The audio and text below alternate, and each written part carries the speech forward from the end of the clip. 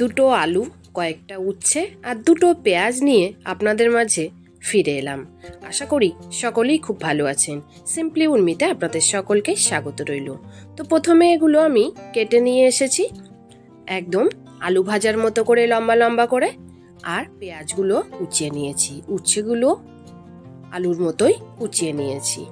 চলুন রান্নাটা শুরু করি। তো কড়াই বসিয়ে নিয়েছি, এবার এতে আমি সর্ষের তেল দিয়ে দিচ্ছি।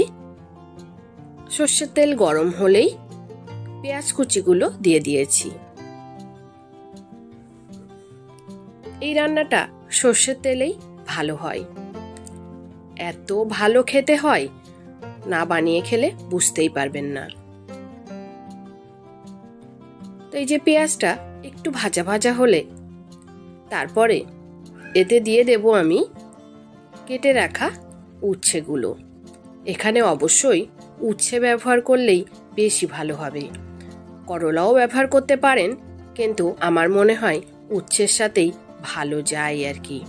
দেখতে থাকুন, অবশ্যই বুঝতে পারবেন রান্নাটা। উচ্ছেটা একটু ভাজা হয়ে যাওয়ার পর কুচানো আলুগুলো দিয়ে দিলাম। আলুগুলো দিয়েও এবার লো ফ্লেমে খুব ভালো করে কষিয়ে নেব। তার আগে দিয়ে দিচ্ছি পরিমাণ মতো লবণ।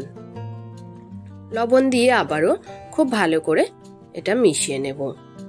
এবার দিয়ে দেব একটু হলুদ গুঁড়ো। বাস, আদা রসুন এখানে কিছুই ব্যবহার হবে না। এবার ভালো করে মিশিয়ে আবারও কষিয়ে নেব। এটা লো ফ্লেমেই করতে হবে। একটু কষিয়ে নেওয়ার পর এবার হাফ কাপ পরিমাণ জল দিয়ে দিলাম।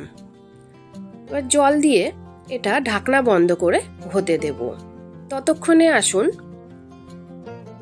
একটা কাজ করে নিই। এই যে মাছের ডিম নিয়েছি, মাছের ডিমে আমি একটু লবণ দিয়ে দিলাম আর দেব একটু হলুদ গুঁড়ো দিয়ে ভালো করে এটা মেখে নেব।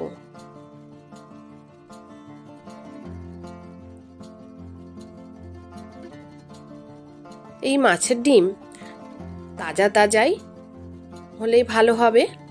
এখানে একদম ফ্রেশ বাজার থেকে কিনে এনেই রান্নাটা করলেই তখনই এইরকম ভাবে ব্যবহার করা যাবে।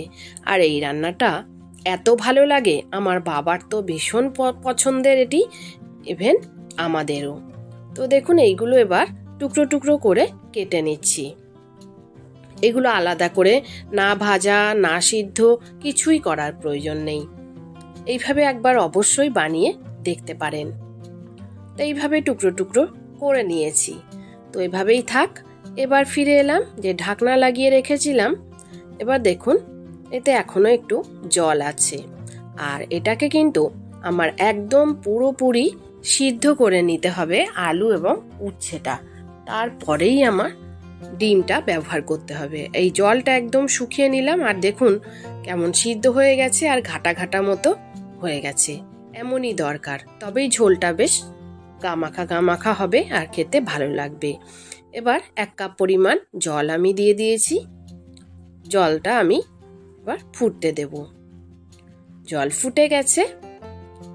এবার এই ফুটন্ত ঝোলের মধ্যে কেটে রাখা মাছের ডিমগুলো দিয়ে দেব। এই বর্ষার সময়ে প্রত্যেকটা মাছের পেটে ডিম হচ্ছে, তো ওই রকম বিভিন্ন রকম ভাবে রেসিপি করে খাওয়া যায় খুব ভালো রকম। একঘেয়েমি রেসিপির থেকে মুক্তি পেতে এইরকম রেসিপি বানিয়ে খেতে পারেন। দেখুন ঢাকনা লাগিয়ে আমি এটাকে 10 মিনিটের জন্য রান্না করে নিয়েছি। দেখুন একসাথে আবার ডিমগুলো জুড়ে যায়, তো একটু ভেঙে ভেঙে নিলাম।